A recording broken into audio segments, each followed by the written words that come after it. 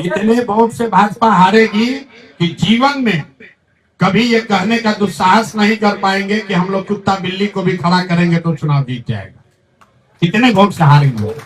लोग बता रहे थे कि बांकीपुर इतना मजबूत किला है भाजपा का कि कोई कैंडिडेट नहीं मिलता यहाँ लड़ने के लिए, और अभी भाजपा को नहीं समझ में आ रहा है कि किसको लड़ाएं। जिसको खड़ा किया वो आदमी भाग गया, अब दूसरे आदमी को लेकर आए हैं। आप तय जानिए 3 तारीख को इनको मुकम्मल यहाँ पर शिकस्त दी जाएगी। 1995 पासून म्हणजे गेल्या 30 वर्षांपासून ज्या मतदारसंघाला भाजपचा अभेद्य असा बालेकिल्ला मानला जात होतं, जिथे असं म्हटलं जायचं की भाजपच्या तिकिटावरती एखाद्या प्राण्याला जरी उभं केलं तरी तो निवडून येईल, त्याच बांकीपूर मतदारसंघामध्ये भारतीय जनता पार्टीचा दारुण महाहानिकारक असा पराभव झालाय।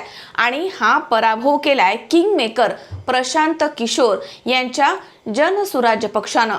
हा केवळ एका जागेचा निकाल नाहीये, तर हा संपूर्ण देशाच्या राजकारणाला हादरवून सोडणारा राजकीय भूकंप आहे। कारण हा मतदारसंघ भाजपचे राष्ट्रीय अध्यक्ष नितीन नबीन यांचा पारंपरिक गड होता, जिथून ते 52,000च्या लीडनं निवडून आले होते। मग असं काय घडलं की 30 दिवसांच्या प्रचारामध्ये 30 वर्षांचा हा अभेद्य किल्ला पत्त्यासारखा कोसळलाय। या पराभवाचं पहिलं आणि सर्वात महत्त्वाचं कारण म्हणजे भाजपचा अति आत्मविश्वास आणि अहंकार। याला मतदारांनी दिलेलं हे चोख उत्तर। निवडणूक प्रचाराच्या दरम्यान भाजपच्या एका नेत्यानं वक्तव्य केलं होतं की बांकीपूरमध्ये आम्ही कुत्रा किंवा मांजराला जरी उभं केलं तरी जनता भाजपलाच मत देईल, आणि या एका विधानानं संपूर्ण निवडणुकीचा रोखच बदलला। प्रशांत किशोर यांनी या विधानाचा अचूक असा टायमिंग साधला आणि मतदारांच्या अस्मितेशी हा मुद्दा जोडला। त्यांनी थेट जनतेला सवाल केला, तुम्ही मतदार आहात की भाजपचे गुलाम? बांकीपूरच्या स्वाभिमानी जनतेला हे बोचलं। ज्या मतदारांना भाजपनं गृहीत धरलं होतं त्याच मतदारांनी मतपेटीमधनं आपला हा रोष व्यक्त केला आणि भाजपच्या अहंकाराचा पार चक्काचूर झाला।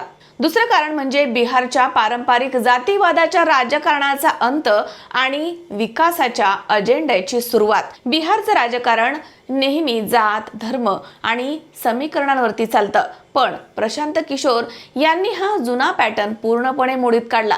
त्यांनी राम मंदिर किंवा राष्ट्रीय मुद्द्यांच्या ऐवजी थेट बिहारच्या जखमेवरच बोट ठेवलं। तरुणांची बेरोजगारी, कोलमडलेली शिक्षण व्यवस्था, नीट, टीईटी सारखे घोटाळे आणि विद्यार्थी आंदोलन, तसेच बिहारमधून होणारे अतोनात असे स्थलांतर। गेल्या 30 वर्षांमध्ये ज्यांनी सामाजिक न्याय आणि विकासाच्या नावाखाली बिहारला केवळ गरिबी दिली, त्यांना प्रशांत किशोर यांनी थेट आवाहन दिलं। बांकीपूरमधील सुशिक्षित आणि तरुण मतदारांना जनसुराज्य यांच्या रूपानं एक नवा आणि विश्वासार्ह आणि विकासात्मक असा पर्याय दिसला आणि त्यांनी बदल घडवून आणला। जनता का विकल्प बनाया है, इसका नाम है जनसुराज।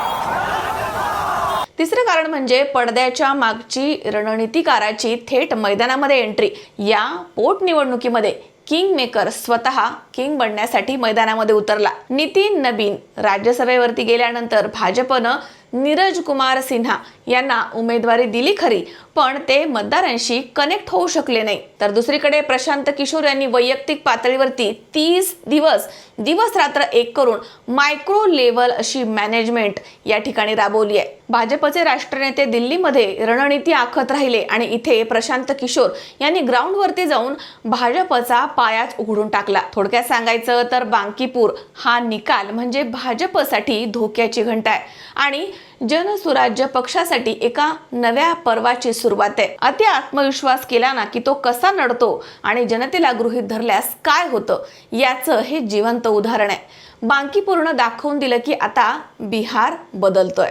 या सगळ्या बदलत्या घटनाक्रमावरती तुमचं मत काय आहे कमेंट्स करून नक्की सांगा।